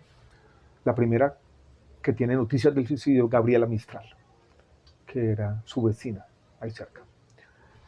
Y cómo no iba a contar esa historia, ¿no? Había que contarla de alguna manera. Contando esa historia, me di cuenta, y esto ya conecta esta historia con otro, que sobre el escritorio de Stefan Zweig esa noche habían quedado 80 páginas de su biografía intelectual de Michel de Montaigne. Ahí quedaron, inacabadas. Y esa historia de Michel de Montaigne era una historia sobre una época de locura. No era la biografía de Michel de Montaigne, era su lectura, su forma de protestar contra el mundo, el nazismo, la destrucción de su mundo. Y ahí decía lo siguiente, decía, Montaigne se dio cuenta que una tecnología de comunicación, la imprenta, había enloquecido su mundo, le había llevado a las guerras religiosas europeas. Y yo me di cuenta que otra tecnología de comunicación, la radio, le había abierto la puerta al fascismo y al nazismo. Y yo dije, madre, las redes sociales, como lo mismo que está pasando. Entonces, este libro tiene también ese pedacito como de ciencias sociales, utilizando ese elemento como del manuscrito. Entonces conecto esa historia. Parte de las cartas que se cruzan Zweig y Germán Arciniegas son sobre un artista que era de los mejores amigos de Zweig. Acantilado publicó también en pandemia los diarios de Stefan Zweig, que terminan en el año 1939. Y si en esos diarios hay una persona que Stefan Zweig admirara, era este artista, Franz Maserel, un grabador. Y él quiso que viniera a Colombia. Y hizo todo lo posible. Hay muchas cartas cruzadas. Y yo me fui al archivo de Bogotá y encontré el momento en que Luis López de Mesa, que era el canciller, le dice, bueno, ya tiene la visa Franz Maserel para venir a Colombia. Nunca llegó. Nunca llegó, no pudo salir del sur de Francia, donde estaba asediado por la guerra. Pero en el año 1942 había un galerista austriaco que había llegado a Colombia, había conocido a Franz Maserel en París, en la Biblioteca Nacional de Bogotá, hizo una exposición de sus libros. Y también está esa historia. Entonces son estas historias cruzadas de la guerra, de una época de locura, que están en este libro. Y que lo traes acá también. Que se conecta con esto. O sea, para comprender, para entrar al mundo de contra el fanatismo, hay que ser un lector de Zweig, es uno de los grabados de Zuleta, de Maserel. Qué hermoso. Y aquí hay un discurso que yo hice hace poco en la Universidad del Rosario sobre Erasmo de Rotterdam, que es otra biografía que publicó en los años 30 Stefan Zweig, una protesta contra su mundo también. A mí me gustaría... por la editorial Juventud en Argentina. Les voy a dar un datico triste de toda esta historia de Arciniegas y de Stefan Zweig. Había un biógrafo brasilero de Stefan Zweig que encontró en esa casa la libreta de teléfonos, donde tenía a todos sus amigos. Amigos en Chile, en Argentina. Incluso esa biografía de Erasmo la publicó en Argentina editorial Juventud, que publicó las obras completas de Stefan Zweig después.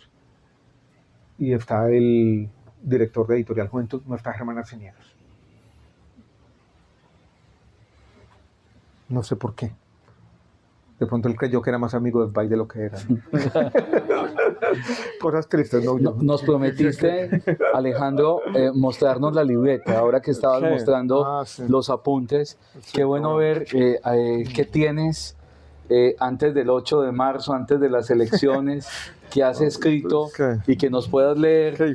Y le voy a pedir a algunos de los lectores, porque es parte de la lúdica del libro, hay unas frases sueltas. Entonces te voy a pedir a vos que nos leas algunas de las frases, se las leas a Alejandro y a los lectores y entremos en el diálogo. Todo está conectado de una manera muy berraca. Abro aquí, ¿sabes qué queda aquí? Okay. En las ruinas circulares lleva esto más allá. Somos no un sueño, sino realidades soñadas, fantasmas en mentes ajenas. Qué Lo que vos correspondencia. dijiste, lo que Las acabamos de ruinas hacer, circulares. todo está conectado, hermano. Nadie lo vio desembarcar en la unánime noche. Ah, bueno, Te voy ahí- a pasar aquí ahí había un el comentario micrófono. sobre eso. Qué bello que tus lectores, Alejandro, conversen con vos por medio de tu libro. Entonces, adelante, ¿cómo te llamas? Ángela. Bueno, Ángela, Gracias, lea Ángela, lo que por la quiera presencia aquí. y qué bueno que no tenés gafas. Sí, no le toca sufrir. Bueno, voy a leer la primera frase suelta. Los aguafiestas tienen un papel que cumplir. Así solo sea el de prevenir la resaca que viene después de la borrachera de las utopías. Uf, vamos a pasarlo. Sí. Buenas noches, mi nombre es Juan. Buenas noches, muchas gracias también. Okay. Mal haría en tratar de encontrar un punto intermedio, en ubicarme cómodamente en la mitad del camino, en refugiarme en una posición tibia y falsamente conciliadora. Como dijo alguna vez un político texano, en la mitad del camino solo hay líneas amarillas y armadillos estripados. Bellísimo. Vamos hacia atrás. Esa frase mi se me hermano. había olvidado, ¿no? Oye, pero parece que estuviera dando tu hoja de vida. Buenas noches, Camila. Buenas noches. Hola, Camila. En la política, las profecías autocumplidas son ubicuas. Si todos creemos que la política es un asunto de cafres, pues así será. Excelente. Compartámoslo, tu compañera del lado, derecha, izquierda, de centro. Al mismo tiempo, creo que la gente cambia de opinión, que nadie puede juzgarse, por lo menos no definitivamente, por lo dicho hace una década. Ah, buenísimo. Pásalo si quieres al compañero. Me encantaría que ahorita leyera Luis también. Claro, Sí, cualquier cosa. de las frases sueltas, la que esté más suelta. Cualquiera que aparezca por ahí.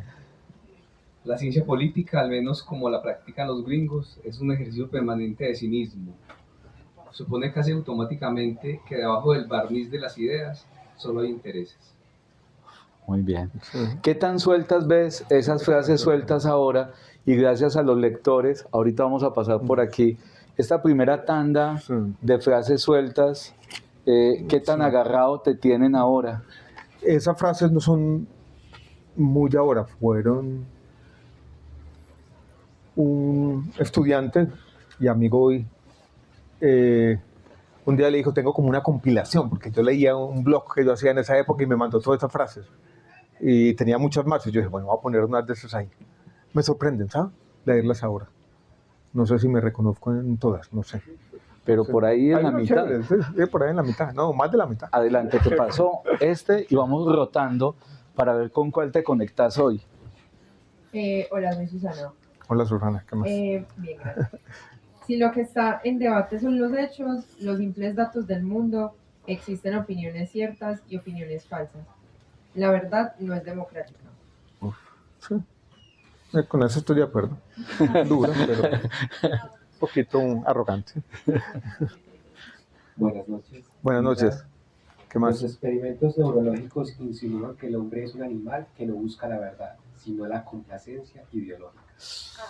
Eso sí es verdad, completamente. Pero está muy actual. Está muy actual, completamente. Completamente.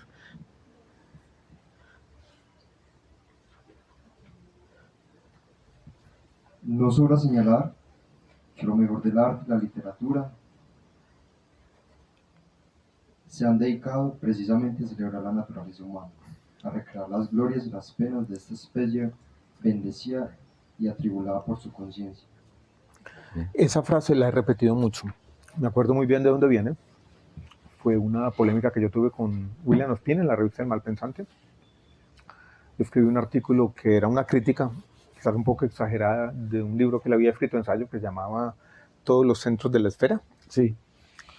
Y él después escribió una réplica a mi crítica que ya llamó Un paladín de Occidente, que supuestamente era yo. Y después yo escribí otra que llamaba Entre el dentista y el chamán, una cosa así, un momento gallo. Sí.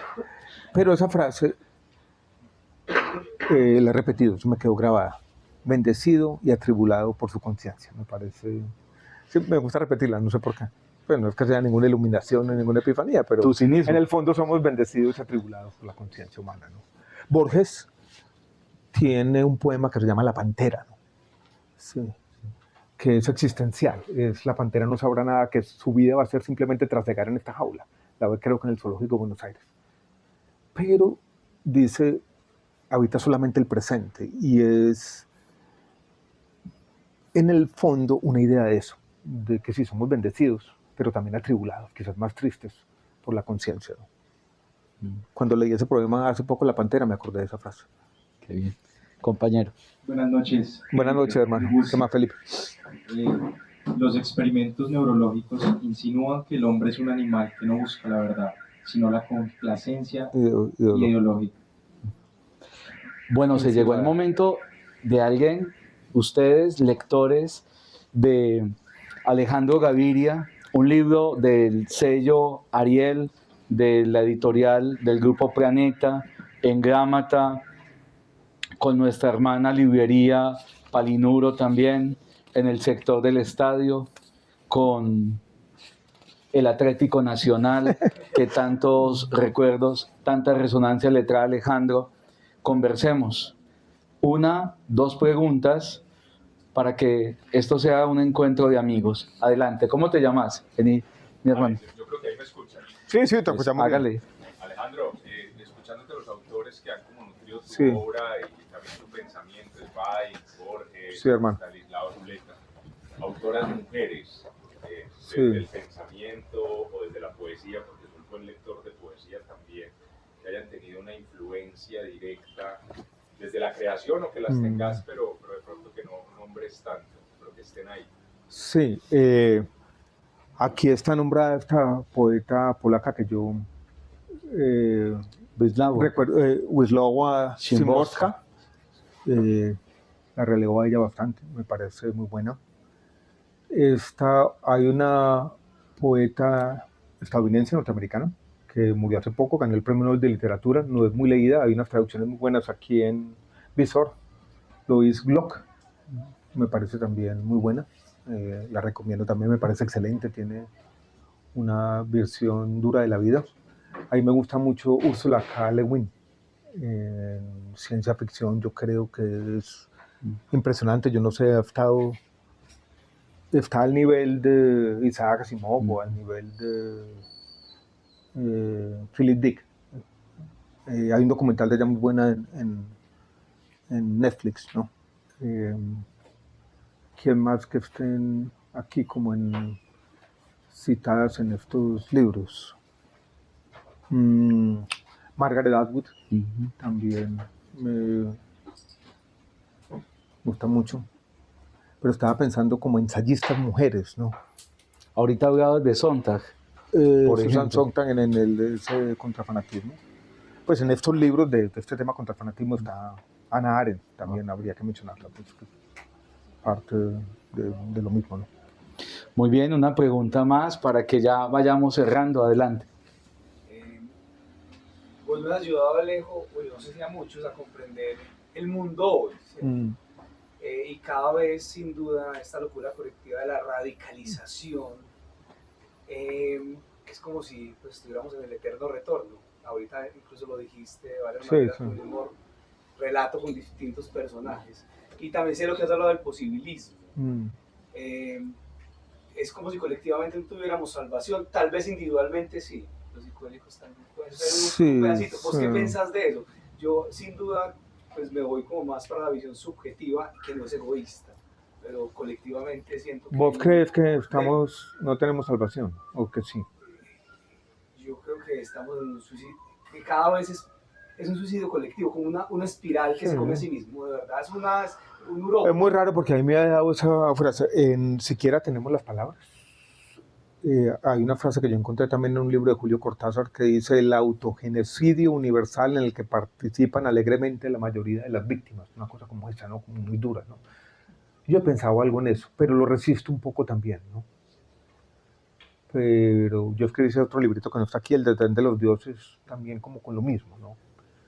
Y tú dices, bueno, colectivamente, pero individualmente todos tenemos formas de salvarnos todos los días, de alguna manera, sí, de alguna manera, ¿no? Pero no sé si estamos exagerando. No sé si cada generación ha creído que su mundo cambió de una manera absurda, quizás sí, ¿no? No quisiera hacer... Sí, no quisiera... Hay una cosa como linealista en todo, ¿no? Como, sí, los jóvenes de ahora. Y cuando yo veo los jóvenes de ahora, yo digo... Pues los jóvenes de Sumeria. En el fondo están más conectados que lo que yo era en ese momento. Entonces, es de nuevo el intelectual melancólico sobreinterpretando la realidad que nos toca y no quisiera caer como sobre eso, ¿no? Con las orejas pero peludas. Que el mundo está con las orejas peludas, sí, yo trato de evitar eso, pero no sé, en algún momento ya será inevitable. Yo trato de evitar ese fatalismo, sí, ese fatalismo, sin duda, esa negatividad, pero los datos dicen lo distinto, pues. Los datos, la prevalencia de salud mental en los jóvenes como consecuencia de las redes sociales, si uno, este tema de la inteligencia artificial, las noticias que llegan ahí como las de este fin de semana solamente, ¿no?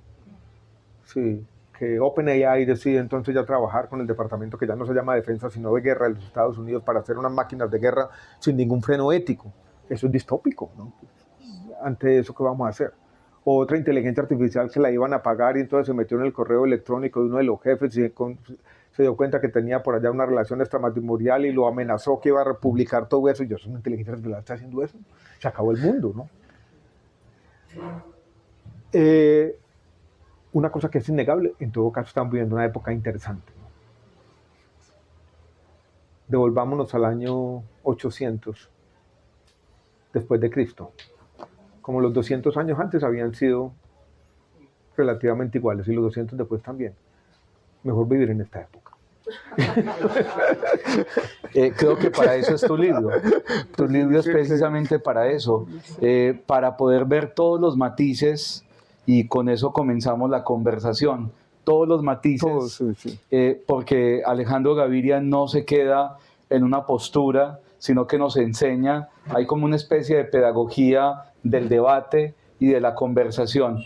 Y quiero que terminemos con la canción de este libro. ¿Cuál sería la canción? Bueno. El pregón verde, tal vez. ¿Cuál sería la canción? No tanto en este libro. Alejandro, está muy dura, ¿no? Bueno, ahorita hablaste de los conciertos de Brandenburgo, pero para acompañarnos la lectura, ¿cuál sería la música? Ponerle algo para que vayamos. ¿Qué? Vallenato, me ha gustado el vallenato toda la vida. ¿Cuál sería algo que tiene que ver con esto, no? Psicodelia. No, en este no tiene tanto psicodelia. Psicodelia sería el de Aldous Huxley, este no. Volvamos a que la raíz de este libro es alguien tiene que llevar la contraria, ¿no?